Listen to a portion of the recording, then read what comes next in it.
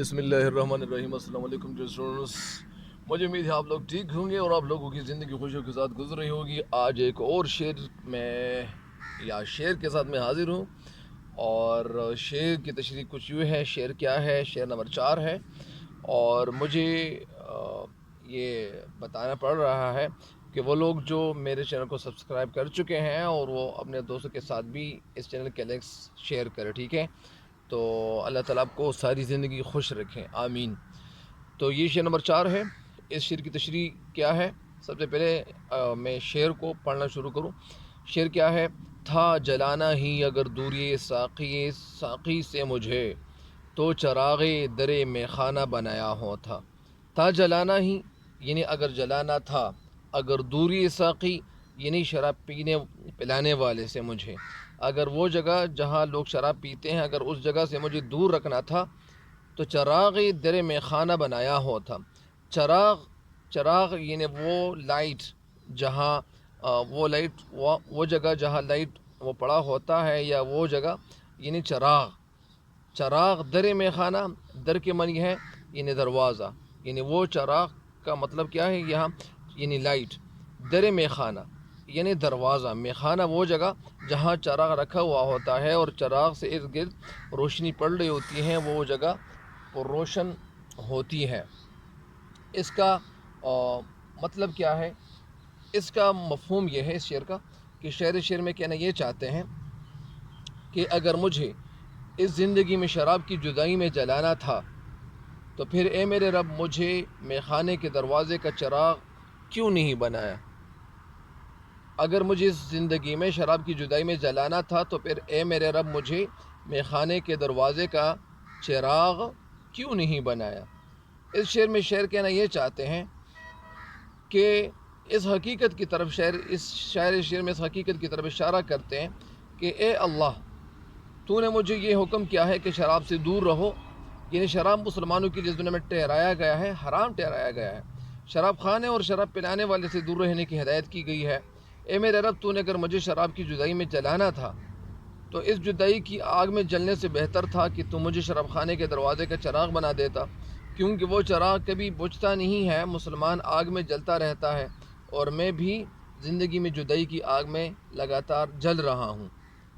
تو اس کا ایک مطلب تو یہ آتا ہے ذہن میں کہ شراب خانے اور شراب پلانے والے سے دور رہنے کی ہدایت کی گئی ہے۔ اس کا ایک مطلب تو یہ بھی ہے کہ اے اللہ تعالیٰ کہ تا جلانا ہی اگر دوری ساقی سے مجھے، تو چراغ در میں خانہ بنایا ہوتا۔ یعنی اس کا مطلب ایک مطلب تو میں آپ کے سامنے رکھ چکا ہوں۔ اس کا دوسرا مطلب کیا ہے؟ یعنی شعر میں کہنا کیا چاہتے آخر یعنی صحیح طریقے سے شعر میں کہنا یہ چاہتے ہیں کہ اردو کی جو روایت غزل گوئی ہے، اس میں اصل میں ساقی یعنی شراب پلانے والے کو خصوصی اہمیت ملتی ہے اور ملتی رہی ہے، اور یعنی وہ دور جو زوال کا دور تھا، اس میں شراب خانے عام تھے، اور شراب پینا وہ کوئی عار نہیں سمجھا جاتا تھا، کوئی شرم کی بات نہیں سمجھی جاتی تھی۔ یہاں تک کہ شاعر دانائی کی ہر بات بھی ساقی سے مخاطب ہو کر کرتے تھے، یعنی دانائی کی جو بات ہوتی تھی تو وہ ساقی کے حوالے سے ہی وہ مخاطب ہو کر ہوتے تھے، یا وہ ساقی سے مخاطب ہو کر کہتے تھے۔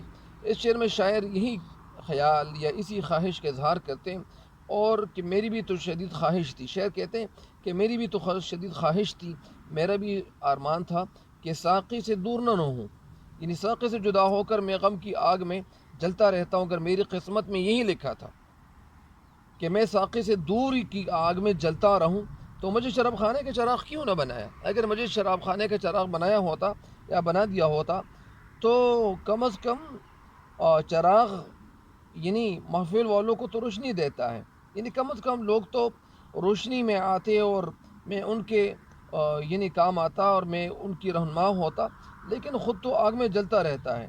یعنی اصل میں اگر میں یہاں آگ میں جلتا رہوں، تو اس آگ میں جلنے کی بجائے اگر میں وہاں میخانے میں اگر میں چراغ ہوتا تو وہ اور اچھی بات ہوتی۔ شعر کہتے ہیں کہ اگر میری قسمت میں جلنا ہی لکھا تھا، تو مجھے شراب خانے کے چراغ بنا دیا ہوتا۔ میں تو آگ میں ویسے بھی جلتا رہتا ہوں، لیکن شراب خانہ تو میری وجہ سے تو آباد رہتا۔ یہی اس شعر کی تشریح ہے۔ اور اس شعر کے ساتھ ایک شعر ہے کہ بھر بھر کے پلاتا ہے تو پیار کا پیمانہ، بھر بھر کے پلاتا ہے تو پیار کا پیمانہ، آباد رہے ساقی صدیوں تیرا مے خانہ۔ تو اس شعر کی تشریح مکمل ہو گئی ہے، مجھے امید ہے کہ آپ اس شعر کی تشریح سمجھ چکے ہوں گے اور آپ اس سے استفادہ ضرور کریں گے۔ تب تک کے لیے اجازت چاہتا ہوں، اللہ نگہبان۔